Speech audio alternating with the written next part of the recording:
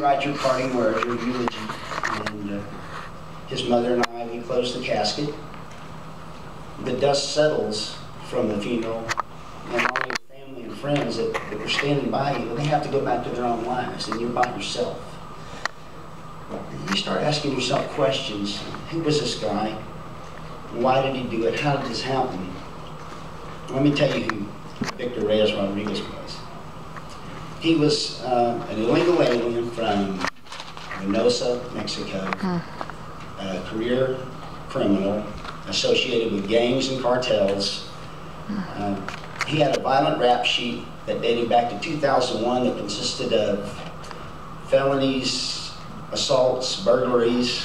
He was deported 4 times, did 63 months in a federal prison, nearly killed another inmate when he was in there. When they released him, they deported him for the 4th time, and of course he turned right back around and zoomed on up to the sanctuary city of Houston, Texas, where he knew he could operate, and he was open for business. So when I learned of all this, I started reaching out to local politicians in my area, and even some U.S. congressmen. And what I found was that they were very happy to come take a picture with you and tell you how sorry they were. They'd even give you a hug. And that was about the extent of it.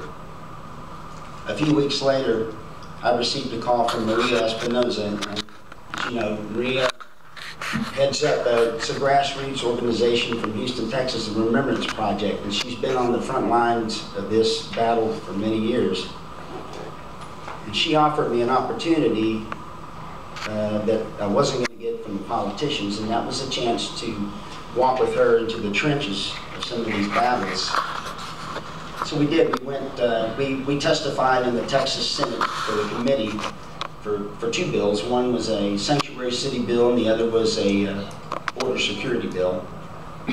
Now, I've always been a little cynical about politics, but after this experience, I realized I wasn't cynical enough. I really. I'm just going to get this out of the way. We both know, everyone here knows this. We have 2 major parties. We have one party that forsakes and disregards our immigration laws for the sake of future perceived voters. And on the other side of the aisle, what I found is we have a party, for the most part, or in a lot of cases, that say they want to do something, but the reality is they're more interested in pandering and appeasing their illegal, cheap labor hiring donors.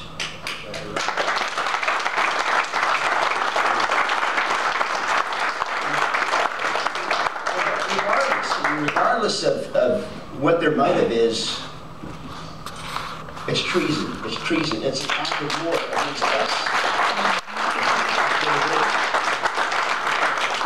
You know, I've noticed that they use these words. They distort the subject with semantics. First of all, like I said, it's an act of war. In a war, you don't debate, you fight. Okay.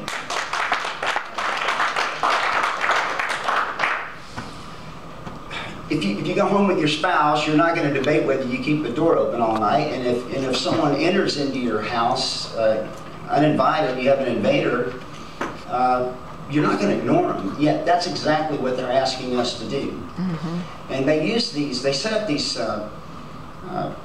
false premises. They'll say, well, this is a debate on immigration. No, this is not immigration. Okay, an immigrant is someone who comes into your country on your terms and abides by your laws. When they come in on their own terms and completely disregard your laws, that's called an invader.